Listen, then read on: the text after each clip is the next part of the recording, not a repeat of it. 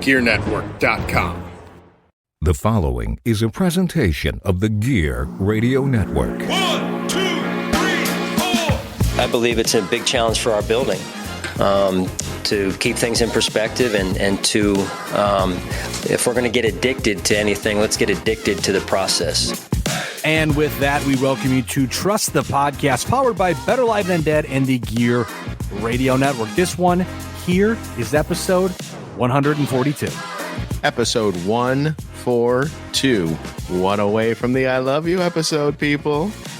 And what an episode we got for you today. It's the Buffalo Bills at Kansas City Chiefs. But ladies and gentlemen, before we get started here, as always, you can hear us on BetterLiveThanDead.com, GearNetwork.com, and wherever else you listen to podcasts. As always, make sure to hit that subscribe button as well to stay up to date on the latest podcast, especially a week like this, John. Obviously, myself, Ryan Wolfe, joined by John Cimino here. John, especially a week like this when we decide to take some time off, enjoy the bye week, which that was not a real bad idea at all. I mean, I really enjoyed having some time off to kind of rest and relax and recuperate. Yeah, it was nice. It was nice, although I think the Bills missed the memo on rest, relaxing, and recuperating with all the damn news that was coming out that week. And we're gonna talk about that in just a minute. I'm not gonna lie, I was waiting for this. As soon as, particularly the McDermott news, when that happened, my God, Ryan, was I waiting for this episode to happen? Yeah, I agree with that one. It's been a week. It's been 2 weeks, really. But what I was going to say is that normally we record on Tuesday nights. We're recording here on Wednesday night just because, good personal things are happening. I'm not going to announce it yet on the podcast here, but good personal things are happening. So, life works out the way it does. And sometimes you have to adjust your schedule and you can't do things when you want to do them. So here we are on Wednesday night instead of Tuesday night. So appreciate everybody waiting the extra day. But John, yes. First off, the Buffalo Bills keep their season alive. I don't know how it's happening. And we're going to talk later in the podcast when we do our look ahead. This may be the craziest football season I think I can remember in recent memory. I'm cutting it there because we're going to certainly is one of the weirdest ones. That's for sure. So Buffalo keeps their season alive with a hard-fought 20-17 victory over the Kansas City Chiefs. Buffalo moves to 15-2 in December, in the month of December in January since 2020. Buffalo also improves to 24-11 in games following the bye week since 1990, and tied Dallas, who also at 24-11 has a .686 win percentage for the fourth highest win percentage in NFL post-bye week games. Also, Buffalo moves to 7-0 under Sean McDermott after the bye week. Another cool stat, John. Buffalo, and Josh Allen specifically, because, leader of the pack gets all the credit. They become the first team to beat Kansas City quarterback Patrick Mahomes in 3 times in the regular season in his career. Mahomes is 0-3 against Buffalo at home and 35-7 against all other opponents. Impressive. That's an insane stat when you think about really both sides of that. To be 35-7 against other opponents is just insane. But on the opposite side, not being able to beat Buffalo at home, that is also insane. So before we kudos to the Bills, really, and the leadership of Josh Allen and maybe some of their coaches. I don't know about all of them, but some of their coaches constantly getting them prepared and ready and focused and ready to go. They know, anytime you go to Arrowhead or GEHA Stadium or whatever it's called now, anytime you go there, at Arrowhead. Yeah. So when it's always going to be Arrowhead to me. I don't care what sponsorship still real to me, there. Damn it. But, anytime they go to Arrowhead, that's always, it's always going to be a marquee matchup. That matchup will never, I think, be on a 1:00 game until Mahomes and Allen are both long gone and retired. It's going to be prime viewing every single time that happen there. So to be that ready, and in 3 consecutive visits during the regular season, for Buffalo to go there ready every single time, now the narrative becomes, okay, can Patrick Mahomes actually win against this team? This is the team that he struggles against at home for whatever reason. during the regular season. It's very season. weird to me how they struggled during the regular season, but the postseason is a different story. But again, we can talk about that. Yeah, those are levels that are adjusted, kind of like audio levels, my man. Well, and it looks levels. like we're going to talk about stepping back before stepping forward. This bye week was arguably one of the most memorable bye weeks, I think, in recent history, and not for good reasons at all. It was. So, John, I appreciate the humor out of that stemmed from this bye week. I will let you take over, but all I know is if you are out there in Bills Mafia land and you're listening to this podcast and you contributed to the humor with the memes, I thank you so much. My jaw hit the floor laughing so many times with so many of these freaking memes. So to start off with, years from now, when we're listening back to episode 142 of the Trust the Podcast, and we come across this statement, this next paragraph, it will be met with a guffaw. What? Because again, both ends of the spectrum here. First off, the week began with questions swirling around pass rusher Von Miller, who turned himself into police during their bye week and is facing charges of third-degree felony assault of a pregnant woman. That is not the funny part. That is very serious. No laughing matter there. We do not condone this because not at all. This is not the first time that Von Miller has got himself in trouble, which we will talk about here in just a moment. And I feel like when Von Miller, came to Buffalo, even though there was a degree of excitement having a player of his caliber coming here, I think because of the history, I think there was always that but kind of feeling when they got him. And so now it's kind of revisited here. Like, I don't know how well, and obviously injury plays a large part in this, but I'm beginning to feel like the Von Miller move may not have been the best one for Buffalo. It was. Here's the thing, and I actually, you know what? I'm going to hold that cliffhanger because I want to finish this sentence. Let me get back to that in just a second here, John. The week ended with criticism aimed at Sean McDermott. Who, and according to an article by Ty Dunn of Go Long, Ty Dunn, incredible journalist. He really is very thorough. A lot of people are attacking his character. A lot of people are attacking his sources. This was a story that he has been working on for a very long time. It's a very great article. I've read it from start to finish. It's absolutely thorough because it highlighted the fact, first off, because with every story, there's always a big takeaway. The big takeaway here being that Sean McDermott in 2019 had used the September 11th hijackers in a team meeting to stress the importance of communication. And he found himself apologizing again after this was released, realizing that he had made a very big mistake. Now, John, and again, if you're listening in public, you want to mute this, I'm going to swear. I'm going to say a curse word. John, this motherfucker really said in a team meeting, and I quote, essentially, what about all the good things the terrorists did?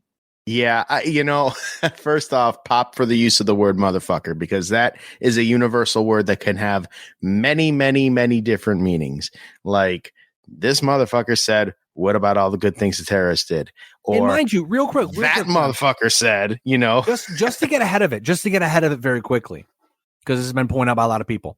There are so many other things that you could use about 9/11 to motivate people. Mm-hmm. The police, the firefighters, the people who survived, the people who tried to get out of the building, blah, blah, et cetera, et cetera, et cetera.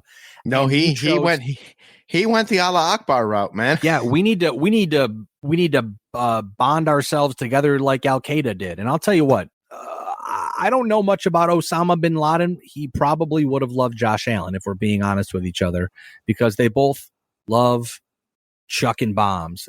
Thank you. My comedic career over after this, but so not everyone, not every at bat is a home run, my man.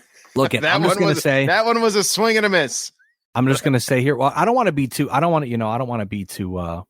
controversial here, because again, the takeaway of the story is that Sean McDermott is not a great communicator. He struggles getting through to the team. And most importantly, as we have seen and confirmed by this article that had coaches, ex-coaches, ex-players, ex-teammates, people who played for Sean McDermott, people who played with Josh Allen, all confirm the same thing. Sean McDermott cannot get on the same communication level as Josh Allen. We have seen that be the case for a very long time. So a lot of this article was vindication. And the fact that Ty Dunn also went on to point out, there was nothing in that article that was denied, that was downplayed, that was, no, that's incorrect, that's not true. It was, hey, I fucked up. I shouldn't have said that Al-Qaeda did a good job on 9/11, because that was a really bad idea. And here's the thing too, John, coming from journalism class and from PR 101, and I know you know this just as well as I do. Sure. You can easily come out and say, I have no comment on those allegations. I did not read the article. I will not be reading the article. That is not true. This son of a bitch sat down and copped to it all.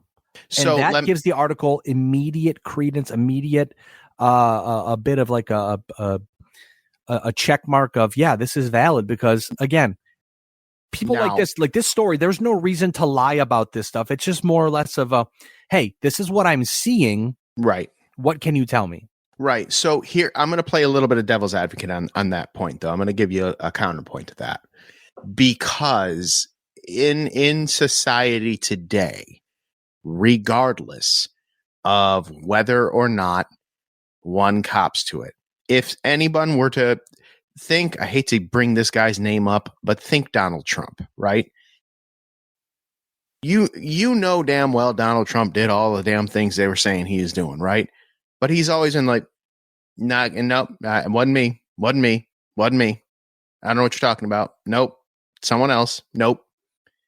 And with him doing that, he gets the people to say, well, what the hell, dude? Like, he kind of he's scrutinized for not saying what we know he did.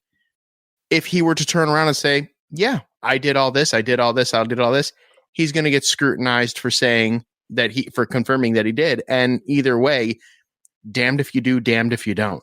Well, I think this is another one of those cases with McDermott, where if McDermott said, I'm not going to read the article, I have no comment, I will not be talking about this, that's just as much an admission of guilt as saying, yeah, I messed up, I did say that, I probably shouldn't have said that or whatever. So rock between a rock and a hard place there. Damned if you do, damned if you don't. Should he have said it?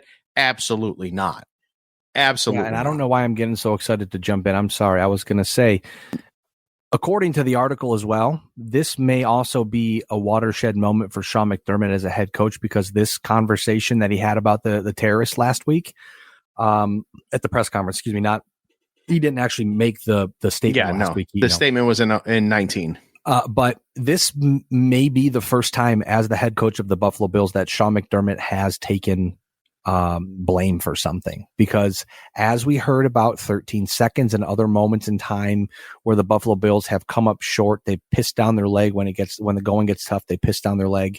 Sean McDermott can't handle the clutch. Sean McDermott becomes like a control freak. Everything that we thought about Sean McDermott, John, over the last 142 episodes pretty much has come to a head, and we've gone, okay, so we're not crazy.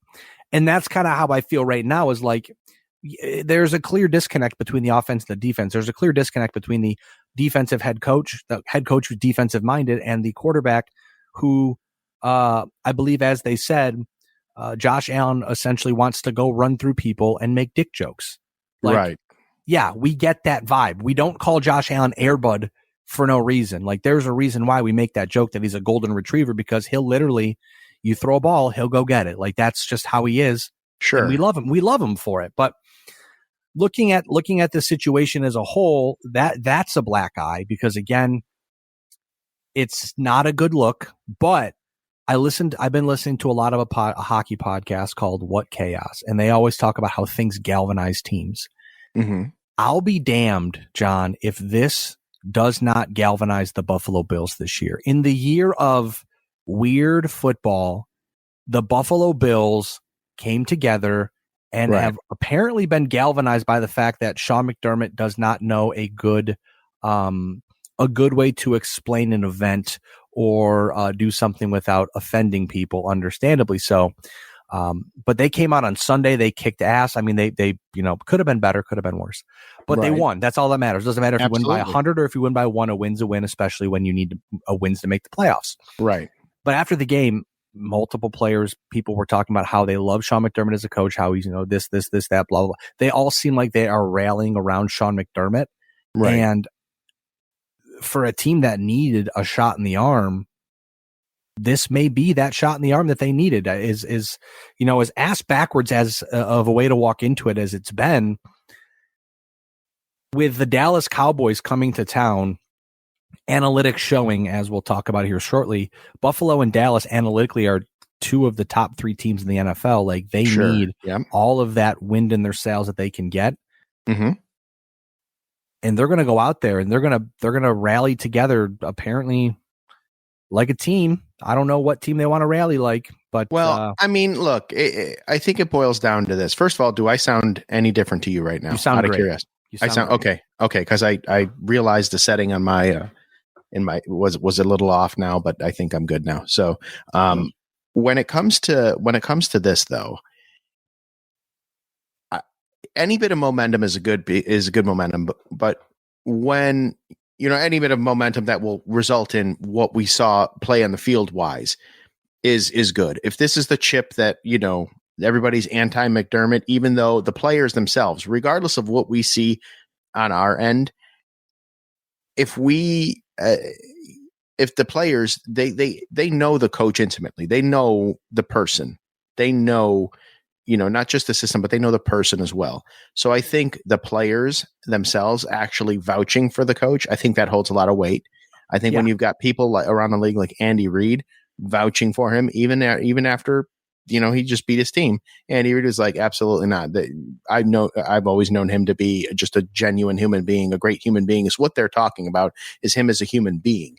Maybe not necessarily some of the, as a football coach, but as a human being, like everybody in unison that knows him is vouching for him. So that to me holds a little weight. But I think what's more is, now when you've got, when you're in the thick of the race now, you're in the thick of the playoff race, in spite of everything that's going on here, the team looks to its leader, and its leader unequivocally is Josh Allen. And Allen's the one that's kind of out there, keeping him focused, playing his heart out, playing for the, not just the team, but playing for the city, putting up numbers that, he's second, I believe second in all the top quarterback rating, stats and all that. But this might be, I think at this point now, it's just kind of, all right, it happened. He owned it. He fessed up to it. We can Monday morning quarterback it all we want. But the bottom line is this, the season is not over. Wild card is in play. I would argue the division is in play right now. We'll talk about that. Don't you get that twisted. So I think now the focus is less about, what happened in 2019 and more about what needs to happen in 2023. And incidentally, I'm wondering why now all of a sudden an article, this comes out now as opposed to, 2019 when it happened, the writer 2020 when everybody was bored during COVID. You know what I mean? The writer did note that the article was finished this past week. So it was stuff that he was still trying to finish up, excuse me, and get more confirmation on, so he could run with some specific things. So I get that from a journalistic perspective. I get that from an outside point of view. Reading the article, you go, why now? I understand that. But looking at it, give me just a second. I got to drink some water here. While you drink some water, I'm going to go ahead and just say that Josh Allen, you, my friend, are a dog. Oh, the dog sound didn't go through, I think. I heard it. Oh, you heard it? Okay. Yeah, I got you. So a lot of it confirmed what we already knew. Like Leslie Frazier was overruled when 13 seconds happened. Leslie Frazier ended up leaving because of the toxic environment in the coach's room with Sean McDermott. It sounds a lot like Sean McDermott might be kind of like a megalomaniac, which may be going a little too far, but very power hungry, very power centric, where, the sum of the parts can't be. I almost want to find that song now to play. The sum of all parts can't be more powerful than the head coach himself. So like, a lot of the things that we've seen make a lot of sense now. We can put a face to the name, essentially. God damn it, Ryan. Now I got that damn megalomaniac song stuck in my head now. Song. Incubus, it really is. A very good band, man. But looking at really it all starts to make sense. So like looking at the game on Sunday, late in the game, Sean McDermott is calling all out blitzes and zero blitzes, whatever. If that's the same thing, I'm sorry, I'm not an NFL head coach or a coach at all. I'm just a podcaster. And they're doing the same exact thing. And it's like, okay, so if they fail, it's on him. We now know that to be the case. So a lot of this is confirmation of things that we had suspicions on, but now we're looking at it going, okay, now the picture is kind of completely painted. So if they do fail, we know who to blame. But I want to move over, because I know we're going a little long. I want to move over to Von Miller. After turning himself on charges of third-degree felony assault, he does not belong on the field. He did play Sunday, in my opinion, does not belong on the field. Football-wise, Von Miller has been an absolute non-factor in return from a torn ACL, recording only 2 tackles in 9 games this year. Human-wise, this is not the first time that Miller has been accused of a heinous crime. It's the second time he's been accused of some sort of domestic violence, first time being in 2021. When he was a member of the Denver Broncos, Miller was not charged after the accuser refused to cooperate with the subsequent investigation. I remember that. That seems to be the case this time as well, where despite the fact that the markings on the pregnant female who was involved in the felony assault, the alleged felony assault, did have marks consistent with the allegations, but it doesn't sound like she is going to be willing at this time to participate in investigation. So nothing may come of this, but on Buffalo's side of things, they're willing to let the legal process play out, which is par for the course for professional sports franchises. And I actually agree with that. I do agree with that. I'll explain in a little bit. The NFL is not putting him on the commissioner's exempt list. He won't be suspended until after charges are guilty, not guilty, or dropped. They'll decide from there what they want to do. That's exactly why I support that. I support them kind of letting it play out. And financially, though, Buffalo is in an awful spot, no matter the resolution, on the field or off the field. They're in an awful spot. Per Matt Warren, over at Buffalo Rumblings, quote, simply put, the Bills can't release Von Miller. They would violate the NFL salary cap rules this year. Buffalo has paid Miller in the neighborhood of $36 million in his 2 seasons with the Bills, but only accounted for $13-ish million in salary cap space per spot track. The remaining $23 million would accelerate onto the cap as soon as he's released. Buffalo does not have the cap in 2023 nor 2024 to do that. This has nothing to do with voiding the remaining guarantees or not paying him future money. This is the money they've already paid him. The bill has to come due when he's not on your team anymore.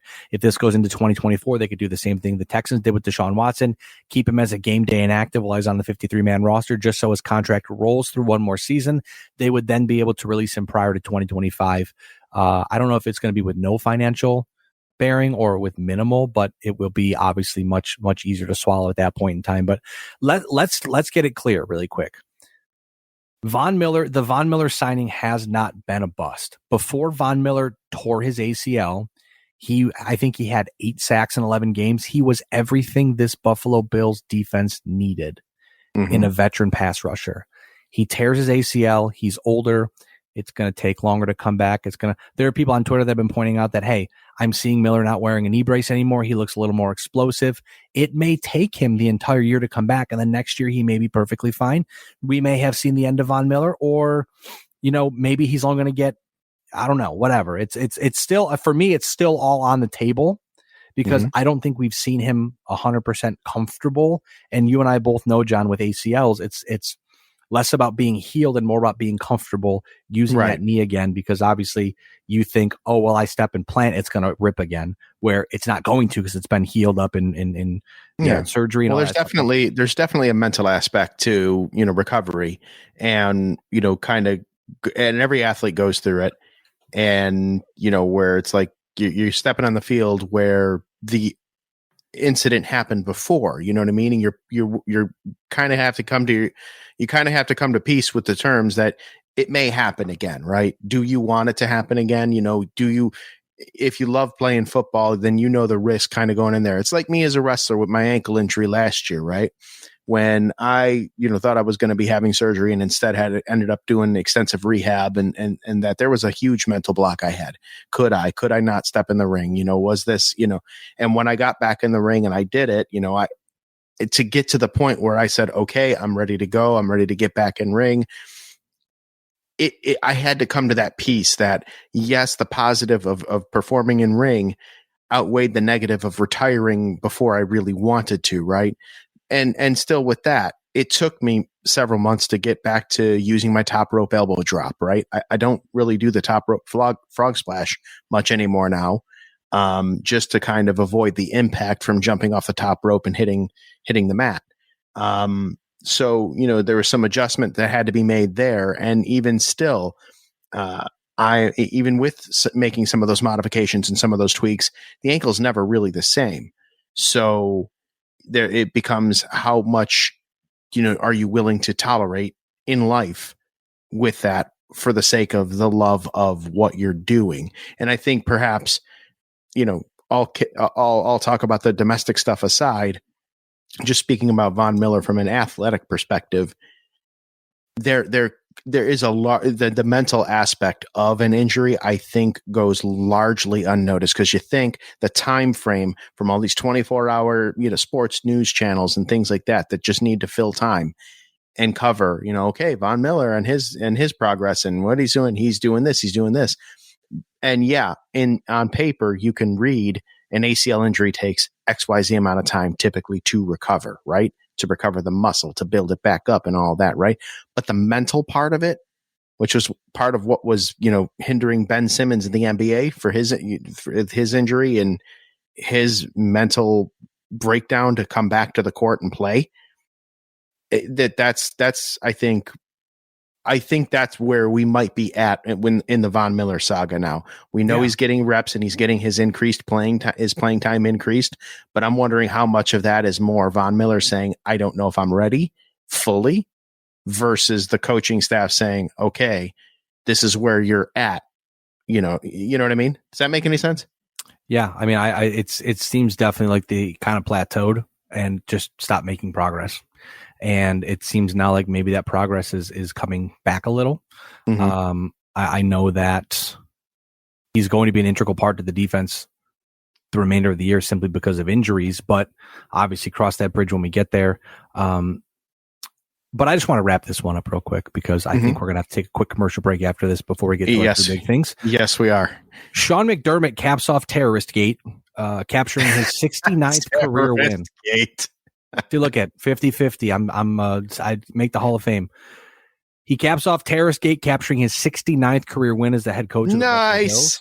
Nice. Second most victories in franchise history, now trailing only Marv Levy with 112. Before moving forward, taking a commercial break, a big tip of the cap, etc. to everyone on the internet that leaned into the McDermott Al-Qaeda story. It has been an incredible week for content. Y'all the real MVPs for that one. You had me in stitches laughing. Not funny to make fun of the fact that a lot of people died. No. But it is very funny to make fun of the fact that a grown man thought that communicating that what about all the good things the terrorists did would get across to his team. And well, I'll tell you this. It's the planet Earth. Humans are weird, man. We could be having an asteroid coming at full speed towards Earth. Certain doom, right?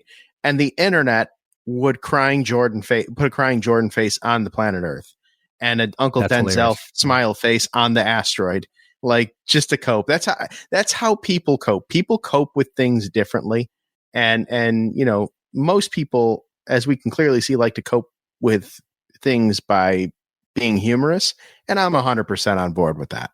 That's the way we roll, man. If you haven't listened to a BLTD, Gear Network, Trust the Podcast, any sort of podcast here, we like the laughs and cheap pops here. Hell yes. With that being said, we're going to take a quick commercial break. We'll be back with the rest of Trust the Podcast right after this here on the Gear Radio Network.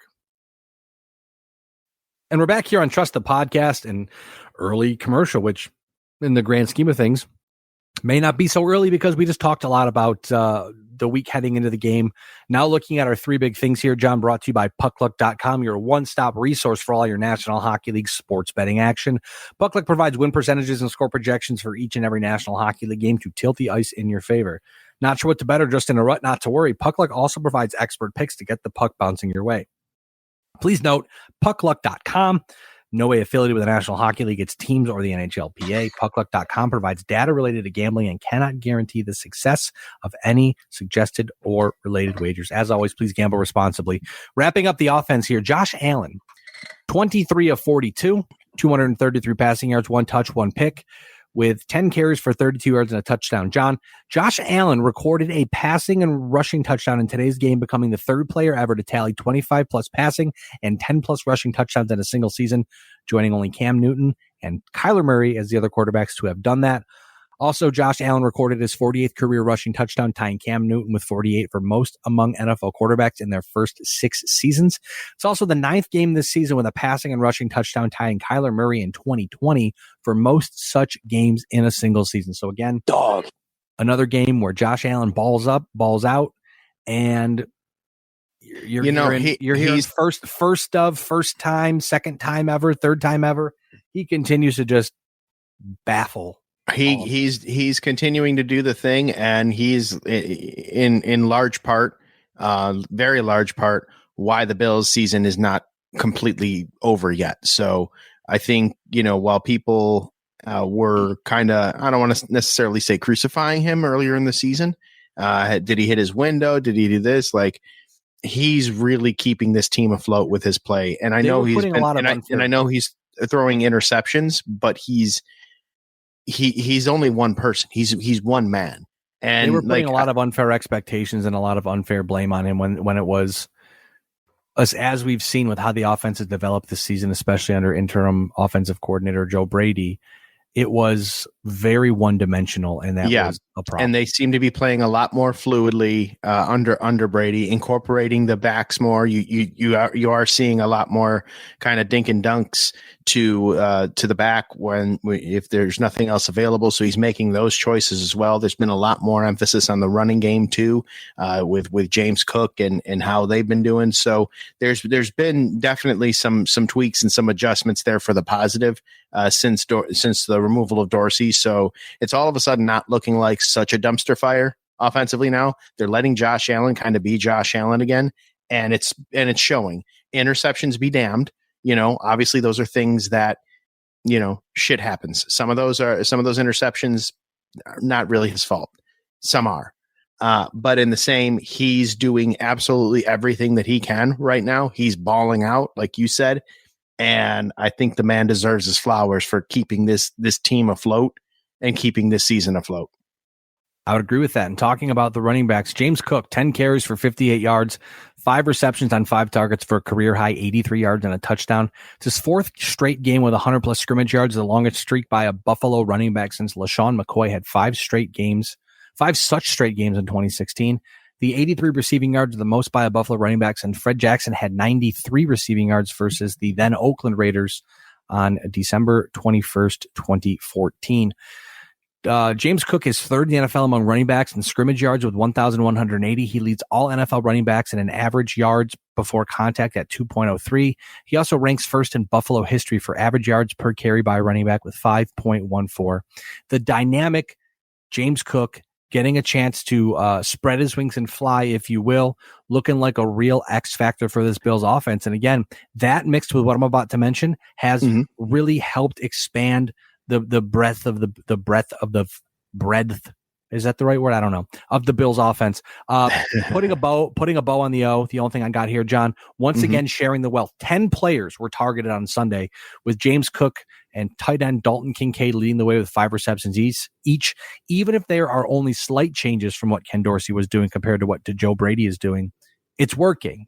But that's the those are the slight changes, incorporating the back more, especially in the pass game, and Dalton Kincaid, his rookie season, him being him, doing his thing. I really like that kid, and I think he's got I think he's got a fantastic future. You're right; they're not constantly targeting Diggs or Gabe Davis. Now it's being a little bit more evenly spread out. So maybe Diggs's numbers might not necessarily be up there, all the time anymore. And whether or not that frustrates him or fans of his, again, team first.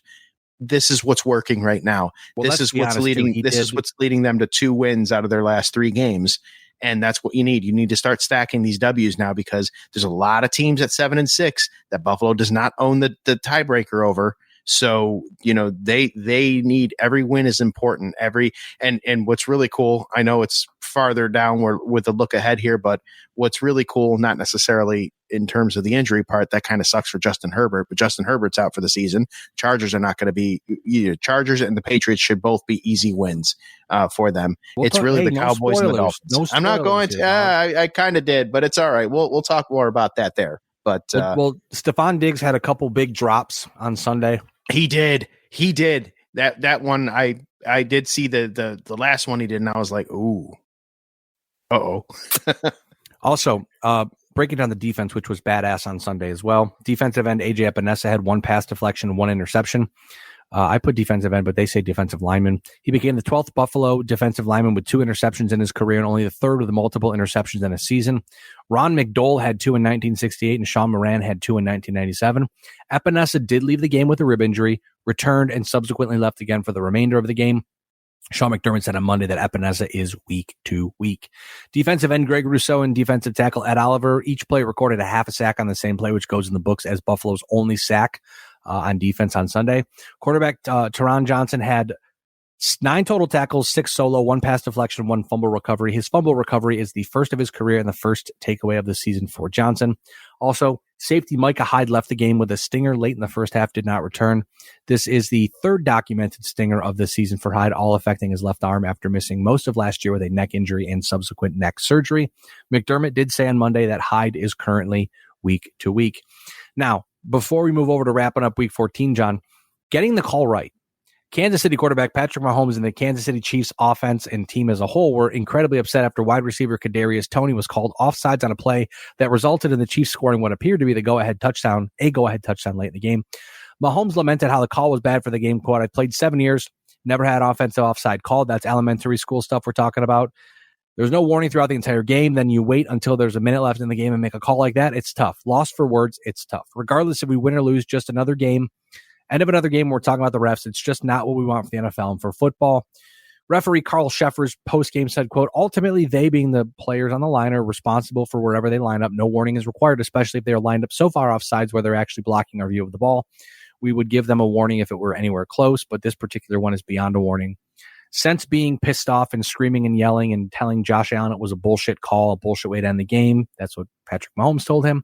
Kansas City has since walked their comments back and apologized for their behavior, but the damage is done, man. This is the same kind of stuff we saw with the Patriots that really turned a lot of fans off. It's like when Kansas City feels like, oh, well, the ball, it doesn't go our way, so we're just going to bitch and moan about it, and that's not a good look for them, not a good look for the league.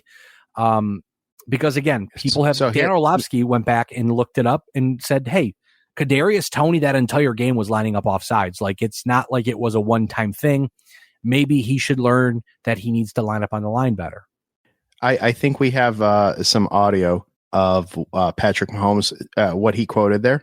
Hold on. Let me play it here really quickly. I've played 7 years and never had an offensive offside called. That's elementary school stuff we're talking about. There was no warning throughout the entire game. Then you wait until there's a minute left of the game to make a call like that?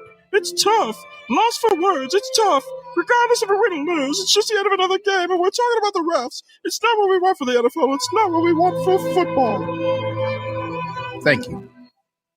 That was absolutely incredible.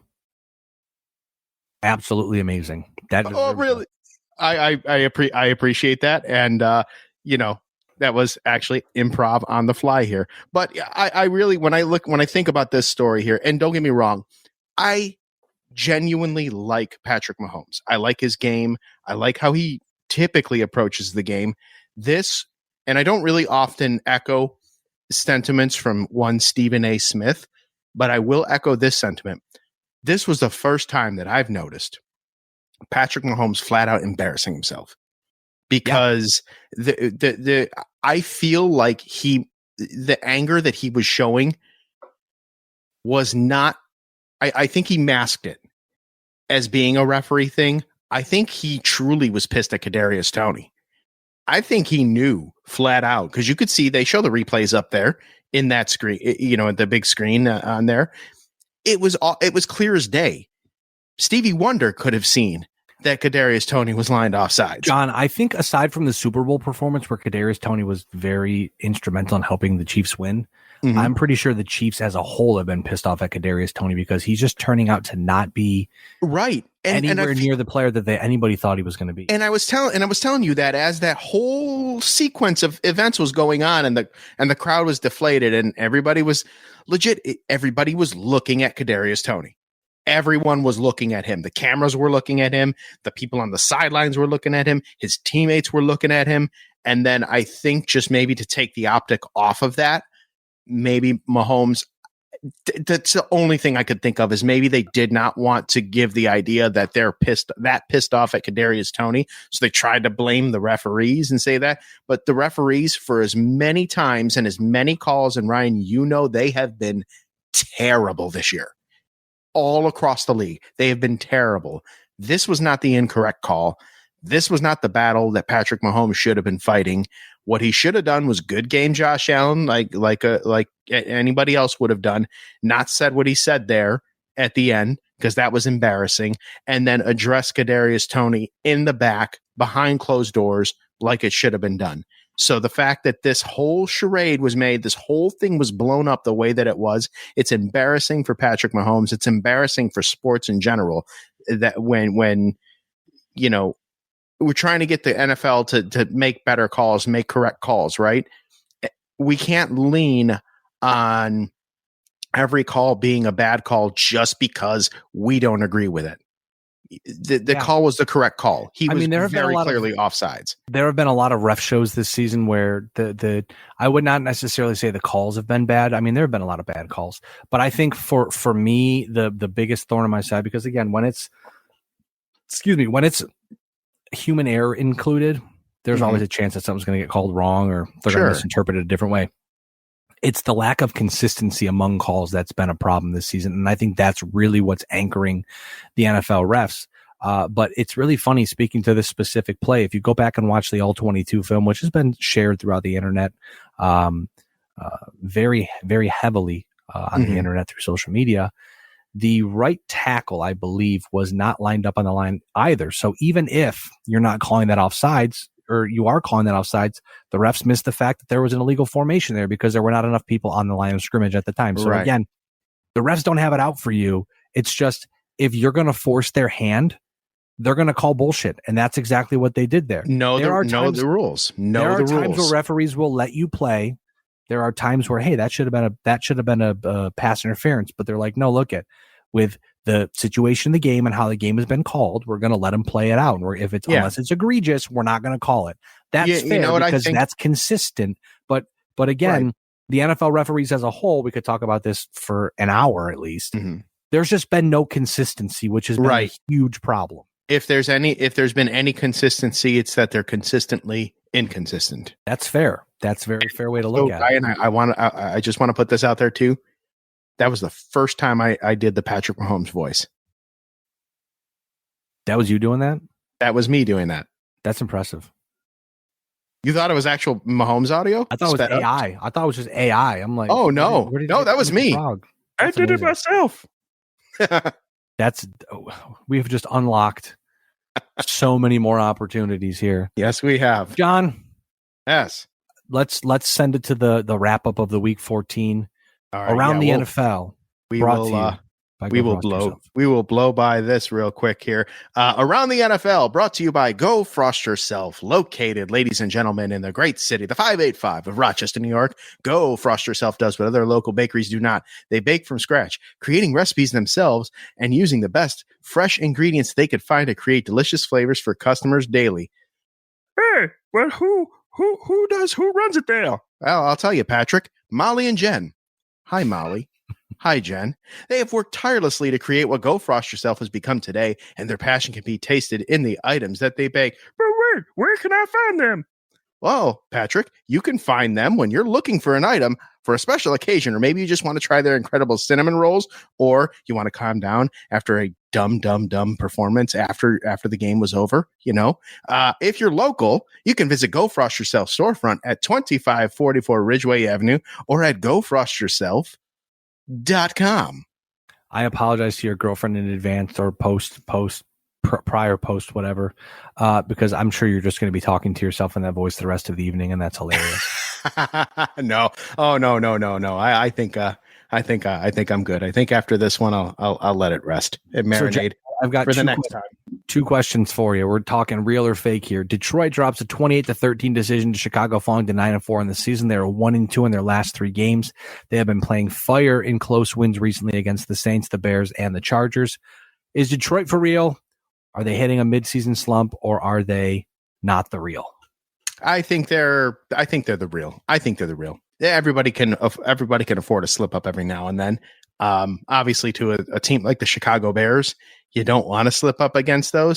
But I think the division is kind of pretty set with them for now, as long as they can coast out there. Now, I'll tell you, Green Bay of the teams in the North has the easiest schedule here on out.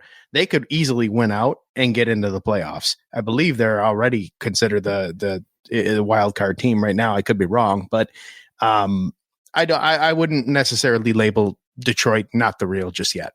Green Bay's the 7th seed right now. Many tiebreakers that they've got over here. The next team, the Philadelphia Eagles, they recently got blown out by the Dallas Cowboys 33-13, falling to 10-3 on the season. This is Philadelphia's 2nd straight loss, 4th game where they find themselves beatable. They squeaked by Kansas City and Buffalo after starting off the season 10-1. Are they real? Are they fake?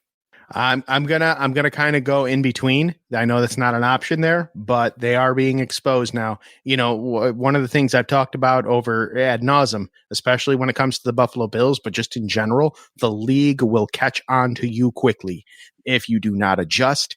If you rely on, one or two certain plays, the brotherly shove. Let's be real here. That's what the Philadelphia Eagles, like, the eyes have been around them this year. I feel like they've kind of been exposed a little bit, and teams like Dallas, who are playing very good, and again, offense, defense, special teams, Dallas is covered top to bottom. Like, I think Philly's a good team. But I would say they're kind of middle of the road right now in terms of whether or not they're real or not the real. I think for them, my quick opinion, it's how they bounce back from this. They've clearly been tightrope walking it for a while. Same with Detroit. How do you bounce back and get back onto the right side of things here?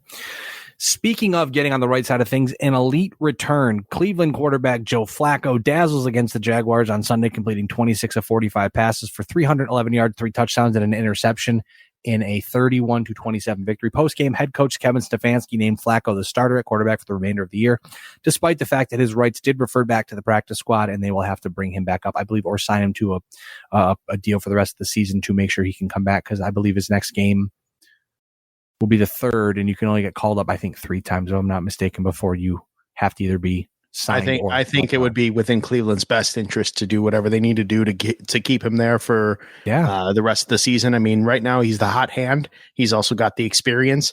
Who'd have thought, of all people, Joe Flacco coming back and being elite and keeping Cleveland in a Believeland state of mind. And ESPN helping him out, because apparently Joe Flacco had a try with ESPN to be an analyst for their Inside the NFL show. Didn't work out too well. They said, thanks, but no thanks. And then he went back to football. It could have been completely different had Joe Flacco been good at it. Some injury updates here for you. Minnesota wide receiver Justin Jefferson returned to the field on Sunday after recovering from a high ankle sprain earlier this year, only to leave with a chest injury on a good old-fashioned hospital ball. He reportedly avoided significant injury, will be playing on Sunday, as reports have stated. But, man, what a season for Justin Jefferson. Looking over at Houston now. Quarterback C.J. Stroud left Sunday's loss against the Jets with a concussion, while Houston wide receiver Nico Collins left the game with a calf injury during the first offensive drive of the game. And the big news out of the AFC West, Los Angeles Charger quarterback Justin Herbert fractured his right index finger on his right throwing hand during Sunday's loss to the Broncos. He is out for the season after undergoing surgery on Tuesday. John, which brings me to the look ahead. If the season ended today, last time we talked, the Buffalo Bills were on the bottom half of the AFC. They're still the 11th seed because of tiebreakers. They're one of 6 teams at 7-6. But here's the thing. Last time we talked, Buffalo had, I believe it was either a 10 or 14% chance. So we'll say less than a 15% chance of making the playoffs per New York Times playoff predictor, prediction simulator. That They is why now if have the season ended today is not something I care about, but go ahead. They I'm sorry. now have a 49% chance of making the playoffs. In 2 weeks, they go from less than 15 to 49%. Yeah, Despite the fact that they got a went lot of help 1-1. this past Sunday. They got a lot of help this past Sunday with Jacksonville losing. Oh my God, who's the team the Jets beat? Because they rarely beat Houston losing. Shout out to CJ Stroud though. I hope he's okay. They got a lot of help, and now, if we're looking at it, John, it's Dolphins, Miami even losing too, and that really helps them because right now the Buffalo Bills own the tiebreaker with the Dolphins. Hypothetically speaking, Week 18, if things continue as they are, Week 18 could legit be for the division. If here's Buffalo the deal. were to beat Miami, and even if they finish at the same record, Buffalo takes the tiebreaker. Here's the thing, John. The Dolphins play the Jets at home. The Jets defense, I feel like the Jets always play the Dolphins. The Jets play everybody tough. Let's be honest. That defense is a dog. Then they play the Dallas Cowboys at home, which Dak Prescott is not great outside of a dome. But I got a feeling at Miami in December, Dak Prescott will probably be fine. They are then at Baltimore, and then they take on the Bills at home to end the season, where the Buffalo Bills, coming off a close loss to the Eagles, a close win against the Chiefs, they take on the Cowboys at home again. I'll tell you this right now, despite the fact that it's part of the preview. Actually, cliffhanger, I'll leave it there. They then take on Easton Stick and the Los Angeles Chargers on Saturday night, the 23rd of December. They then have the Patriots at home. Then they play the Dolphins to close the season. There's a chance, still a very solid chance, that the Buffalo Bills can win the AFC East. Friend of the show, Chris Downey, wanted me to give a shout out to John. Johnny says hello. He says thank you for talking about him so nicely. Oh, hi, buddy. He said that he has the Bills taking the division. I am not ready to jump there just yet. If the Bills are able to win on Sunday, I'm jumping on the hype train, tooting the horn, full speed ahead, because honestly, like I talked about before, there's something about this Bills team that's just feels galvanized. And even if they lose to the Cowboys, it all depends at this point how the rest of the AFC plays out. Because again, you've got New England at 3-10, 16 seed, they're eliminated. You've got Tennessee at 5-8, the Jets at 5-8, the Raiders at 5-8, the Chargers at 5-8. That's 12 through 15. Then you've got from 6th to 11th, Pittsburgh, Indianapolis, Houston, Denver, Cincinnati, and Buffalo all at 7-6. Now, mind you, Buffalo is 11th because all of those teams above Buffalo have all the tiebreakers right now. Right. Yeah. And then you've got Cleveland at 8-5. And then you have your division leaders in Jacksonville, Kansas City, Miami, and Baltimore. So again, this is probably, I won't even say probably, John, this is the craziest AFC I can remember, because if the Buffalo Bills were 7-6 any other season, they would already be eliminated from the playoffs at this point, it feels like. Right. Because the AFC is usually very good, but we have seen a bevy of injuries at quarterback in the AFC, which has changed everything. It's changed everything. And it's in fact made this week coming up, week 15, one of the most important, I would argue, a playoff like week, because there's so many variables that are going to go in. I think this game here, Bills Cowboys, this is going to be very big for the Buffalo Bills. Not so much for the Dallas Cowboys. Well, even for the Cowboys, it'd be big because they still have Philadelphia on their on their trails there. But this is going to be a big one for Buffalo. If they can get the win over the 10-3 Dallas Cowboys, your next two games, Chargers and New England, those are very, very, very winnable games. And then on the opposite side here for Miami, I think this is going to be a bigger week for them than most people think. If the Jets end up beating Miami, this division is wide open for Buffalo. I think at this point, the momentum firmly shifts back to Buffalo. Hypothetically speaking, Cowboys lose, Dolphins lose, we're in for a hell of a week 18 between Miami and Buffalo. That will, mark my words, it will be for the division, and Buffalo will be the odds-on favorite in that game. My ability to predict when you're going to stop talking today has been very poor, and I do apologize for that. That's all right. Miami's coming off of a deflating loss against the Tennessee Titans. The Jets coming off a big win against a playoff contender. Zach Wilson looked great. The defenses looked great. I wouldn't right now. People talk about. I'm a big believer of momentum in sports to a certain extent. Some people believe that momentum in sports is like witchcraft. It ain't real. It's like magic. It's fake. It's bullshit. Whatever. Whatever you want to say. It is what it is. But right now, the Buffalo Bills are arguably the hottest team in football, if not one of the hottest teams in football. Maybe not because of their win-loss record, but because of what they're doing on the field. The defense is back to doing just enough to allow the offense to stay in the game, and Josh Allen is balling out. I mean, there's no doubt about it.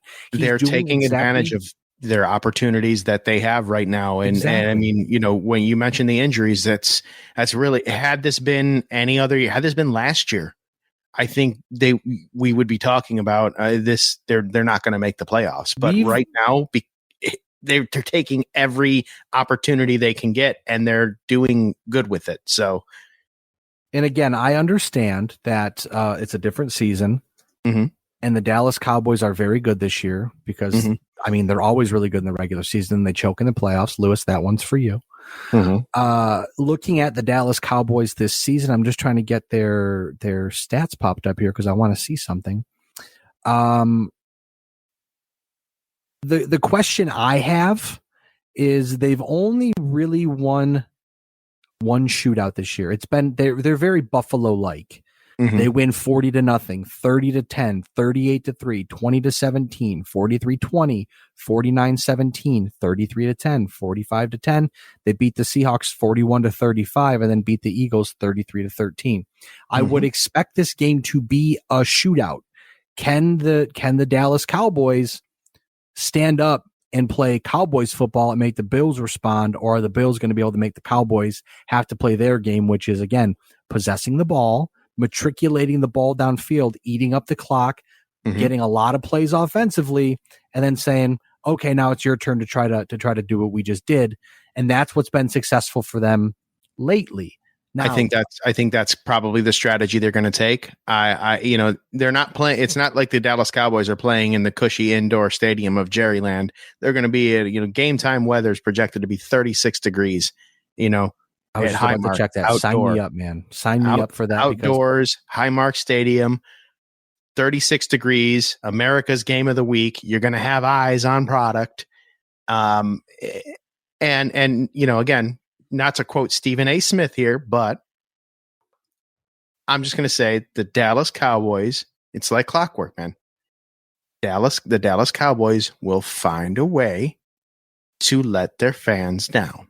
They will find a way to let their fan base down, and they will find a way to lose. Just to put this into perspective for you, John, Dak Prescott in 57 games at home, 42-15, 53 games on the road. He's 29-24. Looking at outdoors, he's played 39 games outdoors, 21-18 in his career outdoors. Whereas indoors he is 44-19. That's with a roof that can be retractable. In a dome, he's 6-2 in his career. So essentially, inside he's won 50 games and lost 21. Outdoors, he's won 21 and lost 18. So again, I'm looking at the splits. I'm looking at the career stats and saying, if Dak Prescott doesn't play great on Sunday, I'm not surprised because statistically, he doesn't play great outside. He's very much more of an average quarterback, which is understandable. There's not many players who thrive in the outdoor elements, not unlike Air Bud at quarterback for the Buffalo Bills, who, again, wants to make dick jokes and run through people. So not every quarterback is built like that. I preface this by saying I like Dak Prescott. Even though I'm not the biggest Cowboys fan, I am a fan of Dak Prescott. I like his game, and I like him.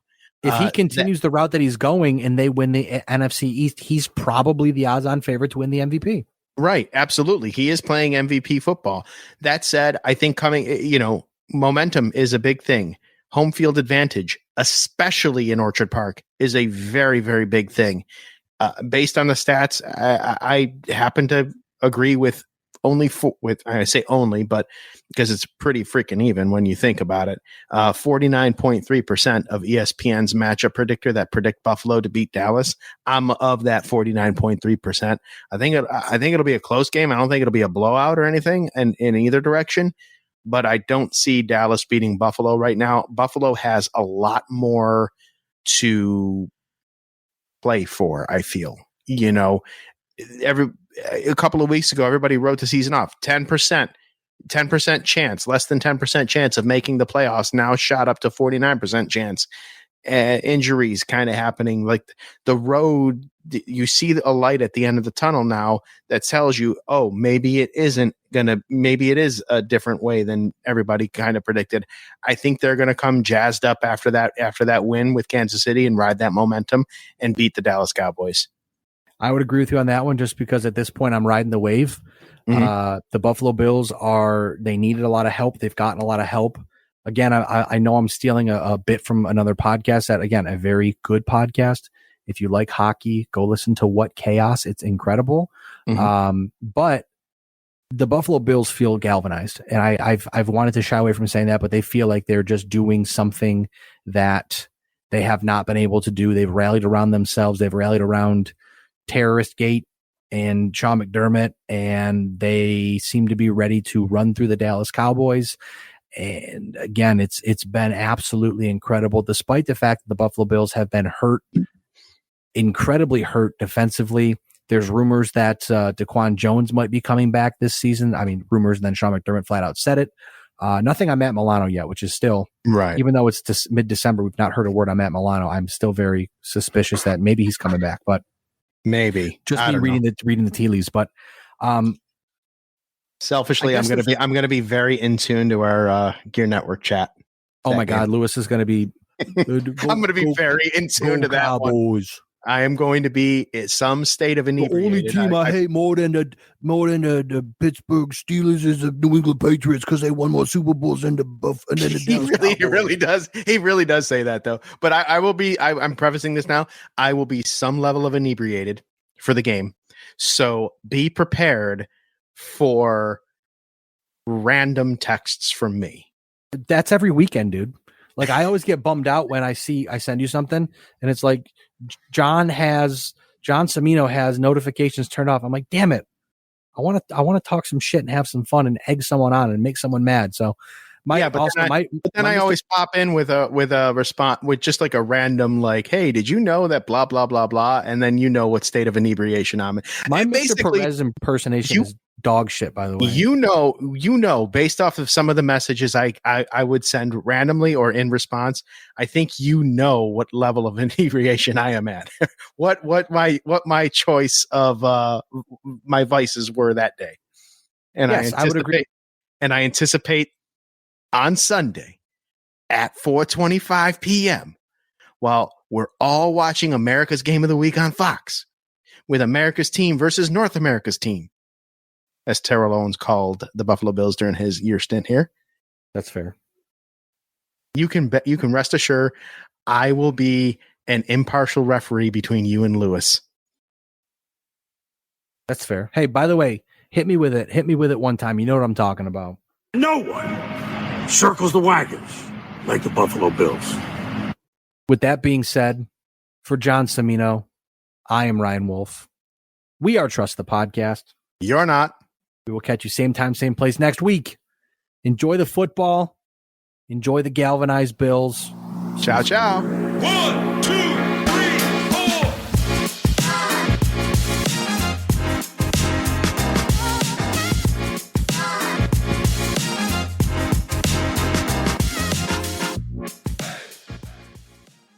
The preceding presentation has been brought to you by the Gear Network.